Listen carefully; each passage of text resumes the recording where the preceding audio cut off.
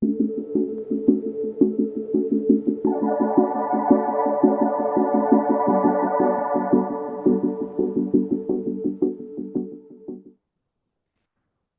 everyone. Welcome back to the Lytham Spotlight Series, where we shine a light on public companies through insightful interviews and exclusive updates. My name is Robert Bloom, managing partner here at Lytham and your host. Today, we are very excited to feature Aurora Spine Corporation, a company focused on bringing new solutions to the spinal implant market through a series of innovative, minimally invasive, regenerative spinal implant technologies. Today, their CEO is sitting down with my colleague, Adam Lowensteiner, to discuss some exciting news regarding FDA clearance on their newest product. Before I pass it over to Adam, I want to note that this interview may feature forward-looking statements, so please refer to the end of this video or the links in the description box below for all appropriate disclaimers and disclosures. All right, without further ado, Adam, please take it away. Thank you, Robert. Hello, everyone. As Robert mentioned, my name is Adam Lowensteiner, Vice President at Lytham Partners, and I'm very excited to be moderating today's Spotlight Series featuring Mr. Trent Northcutt, President and CEO of Aurora Spine. Aurora Spine has two stock tickers, ASG on the Toronto Venture Exchange and ASAPF on the OTCQB. Today's discussion is sparked by recent news out of Aurora, where it received FDA clearance for its Aero Facet Fusion System, which was designed and will be used in minimally invasive surgery for patients suffering from facet joint-related pain or instability. Without further ado, Trent, welcome to the discussion.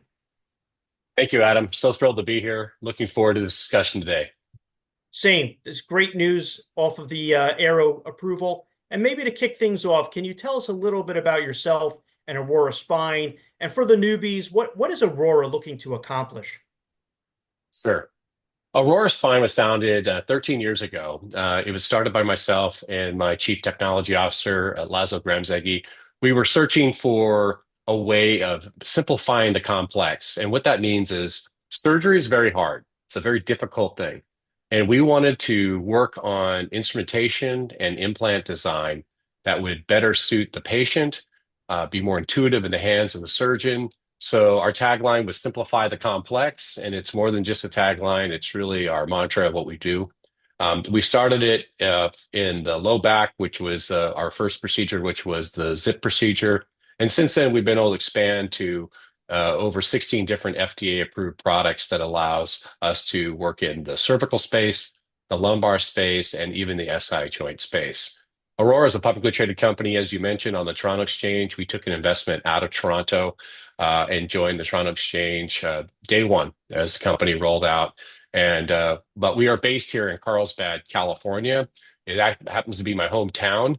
It's where I grew up. And the reason why the corporate colors are purple, black, and white was my high school football team colors. So it's been a lot of fun, and we're enjoying what we're doing as a company here, advancing and growing the minimally invasive fusion market best to our abilities.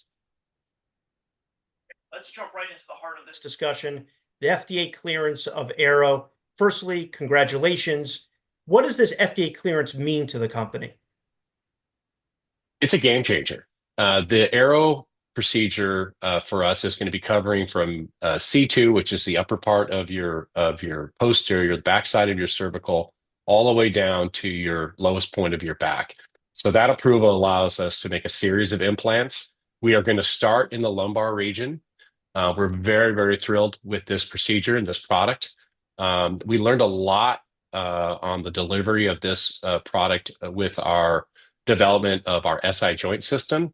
I can't release any images on it today, Adam, but what is exciting about this procedure is that it's essentially going to make a single level lumbar surgery available to patients and doctors with an incision about 1 centimeter in size. So a very, very small, minimally invasive incision made bilaterally on the patient, 2 little small portals. It's going to allow us to put this implant right into that facet and fixate that patient down there and allow them to come into the surgery center or the hospital system with pain, and in about an hour, hour and a half or less, walk out pain-free the same day.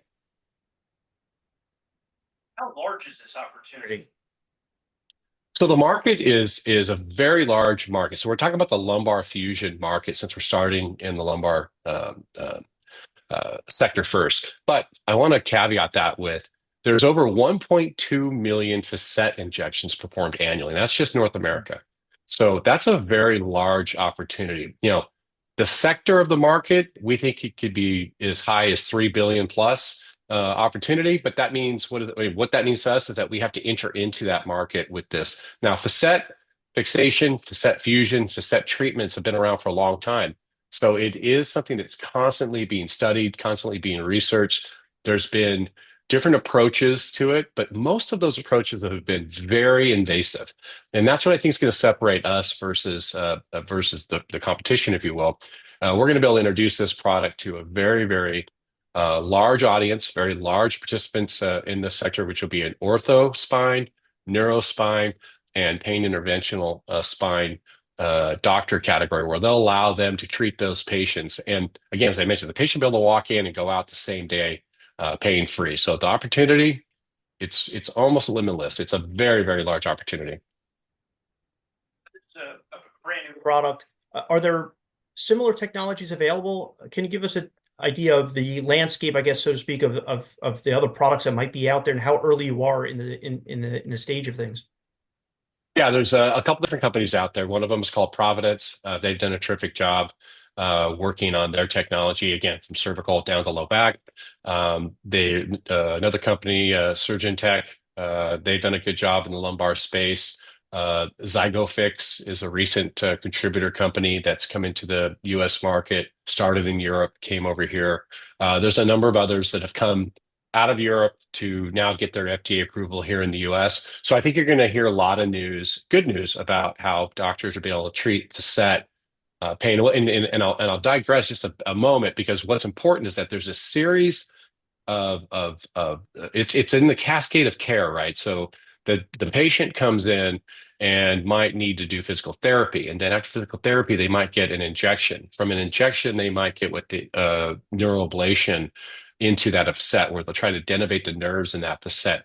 And then really within that cascade of care, if they've done all these treatment methods that are just either an injection or a quick electrode type of nerve denervation, then they're going to go into a mechanical fixation, which is going to either be very, very large surgery, which we're avoiding with our technology, or you're going to go with an implant like the Arrow or even the Zip, for that matter, which are another product that we've already had in the market for the last 13 years. But the Arrow, which will be brand new, it'll allow you to perform these procedures right after that continuum of care before the big surgery. So this is why we think it's such a huge opportunity for patients and for doctors alike.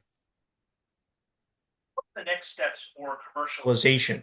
How soon will the product be in the market, and how do you get it into doctors' hands so they get into patients? So doctors treat the facet every day. It's something that happens, every single day in a doctor's clinic around the country. Facet is one of the number one treated pain symptoms in the world, right? It's that large.